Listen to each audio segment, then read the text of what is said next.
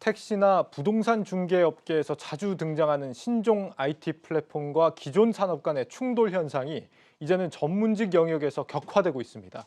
변호사와 의사 그리고 세무사 업계가 관련 IT 스타트업들에 강력 반발하고 있는데 비전문 직종의 문제보다 상황이 좀 더 복잡합니다. 김수진 기자입니다.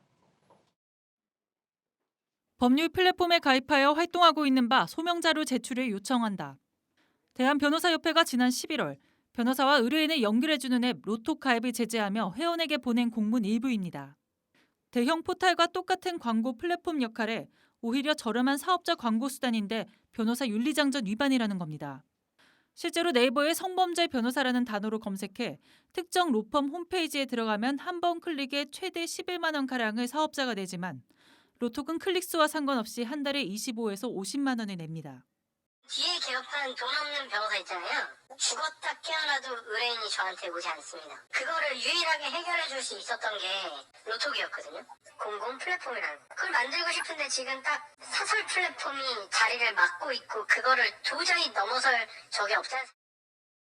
서비스 플랫폼 갈등은 지난해 3월 택시업계와 이동수단 플랫폼 간의 타다 금지법 등으로 잘 알려진 바 있는데 최근에는 로톡처럼 전문 인력과 플랫폼 간의 갈등이 격화되고 있습니다. 의료 플랫폼 닥터나우 강남언니, 세무 플랫폼 3.3 등도 상황이 비슷합니다.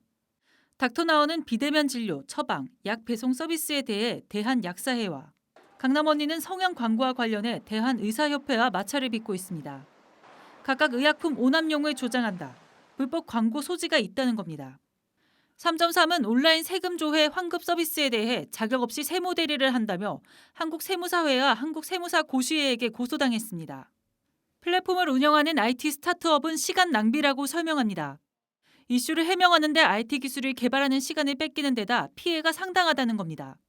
대기업들은 이런 갈등을 겪어도 사실 버틸 수 있는 그런 자금이나 인력이나 시간들이 있습니다. 그런데 이런 작은 스타트업들은 이런 갈등을 겪는 과정에서 누적되는 피해만으로 사실은 회사가 고사가 될 수 있을 정도의 최대한 빨리 이런 문제 갈등이 해결될 수 있도록 도와주시는 것이 사실 스타트업 업계에서는 가장 필요한 부분이라고.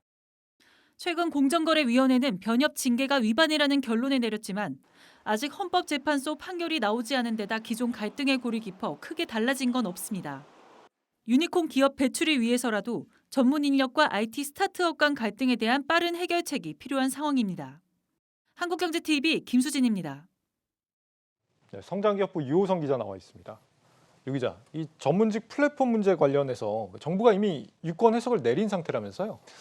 네, 아무래도 플랫폼 갈등이다 보니 혁신 지원 부처인 중기부가 문제 해결에 나서고 있습니다. 예. 권칠승 중기부 장관은 골목 상권을 침해하는 플랫폼은 엄한 규제가 필요하고 전문 직업과 관련된 플랫폼은 좀 더 규제를 풀어야 한다며 이 부분에 적극적인 모습을 보였는데요.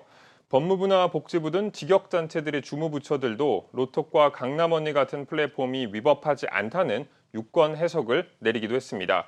하지만 전문직 단체들의 입김이 워낙 강하다 보니 정부의 입장 표명에도 불구하고 문제 해결에는 난항이 예상됩니다. 지금 로톡 같은 경우는 법무부가 이제 중개가 아니라 광고다 이렇게 판단을 하고 있고 검찰에서도 지금 2번이나 이 변호사 협회와의 소송에서 무혐의가 나왔다고 하는데 말이죠.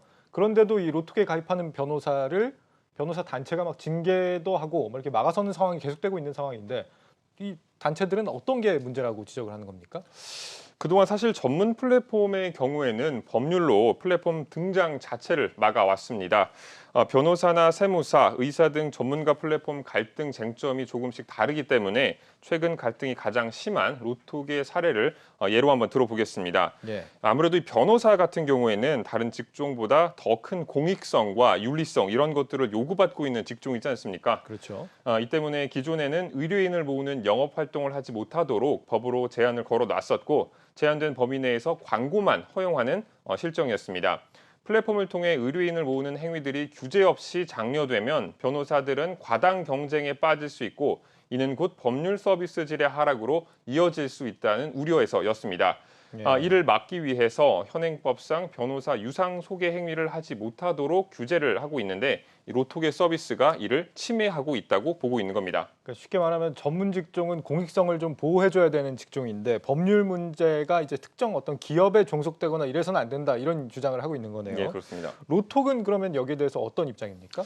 이 로톡을 운영하는 로엔컴퍼니는 변호사협회의 이런 우려가 지나친 기우라고 이야기하고 있습니다. 로톡의 운영 시스템을 좀 보면요. 변호사가 정액의 광고비를 내면 플랫폼에 입점할 수 있고 소비자들은 이 플랫폼을 통해 자신들이 원하는 분야의 변호사를 찾아 선택하는 구조로 되어 있습니다. 이 로엔컴퍼니에 따르면 일단 변호사 유상 소개가 불법이 되려면 대가성과 특정성 이 두 가지 조건을 만족해야 되는데 자신들은 사건 수임이나 건수에 따라 수임액에 따라 변호사들과 돈을 나눠 갖는 구조가 아니기 때문에 대가성을 띠고 있지 않다라고 이야기를 하고 있습니다. 예. 또 사용자들이 플랫폼 내에 여러 변호사들을 보고 선택하는 것이기 때문에 특정성도 없다고 이야기하고 있습니다. 변호사들 역시 새로 개업을 하려는 이들이 쏟아지고 있는 마당에 로톡 같은 광고 플랫폼을 이용해 소비자들을 적극 찾아 나서는 것이 나쁠 것이 없다는 입장입니다. 지금 이런 갈등이 우리만 이런 겁니까? 선진국들도 이런 비슷한 플랫폼들이 있을 거 아닙니까? 예, 우선 미국의 사례를 가장 먼저 좀 살펴보면요. 예. 리걸테크 기술로 증시 상장에 성공한 곳이 나올 정도로 시장이 빠른 성장세를 보이고 있습니다. 미국 나스닥에 상장한 리걸줌은 변호사를 대신해 법률 관련 서류 자동화 시스템을 제공하는 기업입니다. 지난 7월 상장해 오늘 기준으로 시가총액 31억 달러, 우리 돈 3조 7천억 원 수준을 형성하고 있는 것으로 확인이 됐는데요. IT 서비스의 보수적이라고 알려진 일본도 법률 플랫폼 영역에서만큼은 우리보다 앞서는 모양새입니다. 일본에는 벤고시닷컴이라는 플랫폼이 있는데 이는 정액 요금을 받고 변호사 활동 지역과 경력 등을 광고할 수 있는 사이트입니다. 지난해 12월 기준으로 보면 일본 전체 변호사 4만 2천 명 가운데 절반에 가까운 2만 명가량이 이 플랫폼을 이용하고 있는 것으로 나타났습니다. 독일이랑 영국도 법률 개정을 통해서 이 분야가 빠르게 성장할 수 있도록 지원을 하고 있습니다. 이런 상황에 힘입어 지난 2019년 전 세계 리걸테크 분야 투자 규모는 1조 2천억 원 규모로 연평균 81%의 성장세를 보여왔습니다. 네. 이런 서비스가 국내에서 성장을 못한다는 게 단순히 소비자 편의성 관점에서만 볼 문제가 아니다 이런 지적도 있다고 하는데 이거 무슨 얘기입니까?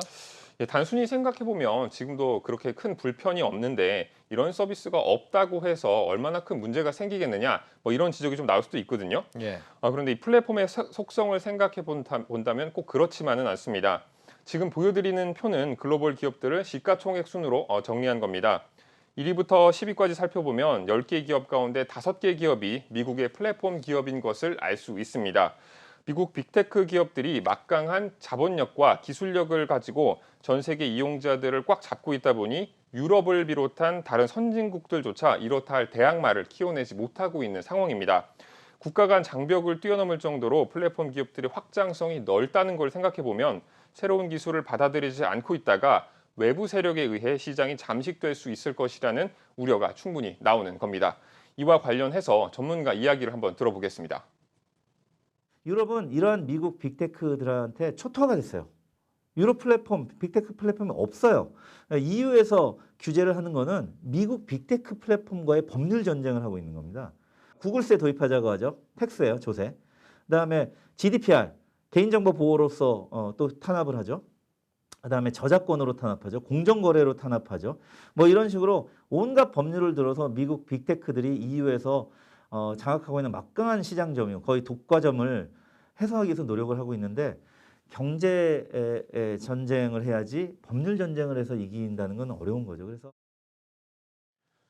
네, 해외 같은 경우는 이제 신종 플랫폼하고 기존 산업이 할 수 있는 범주를 아예 이렇게 지정을 해서 이 범위 이상은 이제 그 기존 산업들에게 좀 양보를 해라 이런 식으로 좀 어느 정도 규정을 하고 있는 걸로 알고 있습니다. 그러면서 좀 서로 공존도 가능하게 하고 이런 시스템들이 마련이 돼 있는 반면에 우리는 이렇게 개별 분쟁이 있을 때마다 건건이 이렇게 유권 해석을 또 내리고 이렇게 되면서 아무래도 기존 업역과의 계속 충돌은 끊임없이 일어나는 것 같습니다. 아무래도 좀 제도적으로 보완이 필요하겠죠. 어떻게 보고 있습니까? 네, 그렇습니다. 아무래도 저희 우리나라 같은 경우에는 이런 플랫폼들 간의 갈등이 있을 때마다 유권 해석들을 내리고 있는 점이 있는데 법률로서 지금 이 상황들을 완전히 타개할 수는 없지만 그래도 앵커께서 말씀하신 것처럼 어느 정도 할 수 있는 것과 할 수 없는 것을 구분해주는 역할이 좀 필요하다고 보여집니다. 알겠습니다. 우리도 좀 관련 제도부터 좀 교통 정리를 잘해주는 게 필요하지 않나 싶습니다. 성장기업부 유호성 기자였습니다. 수고했습니다.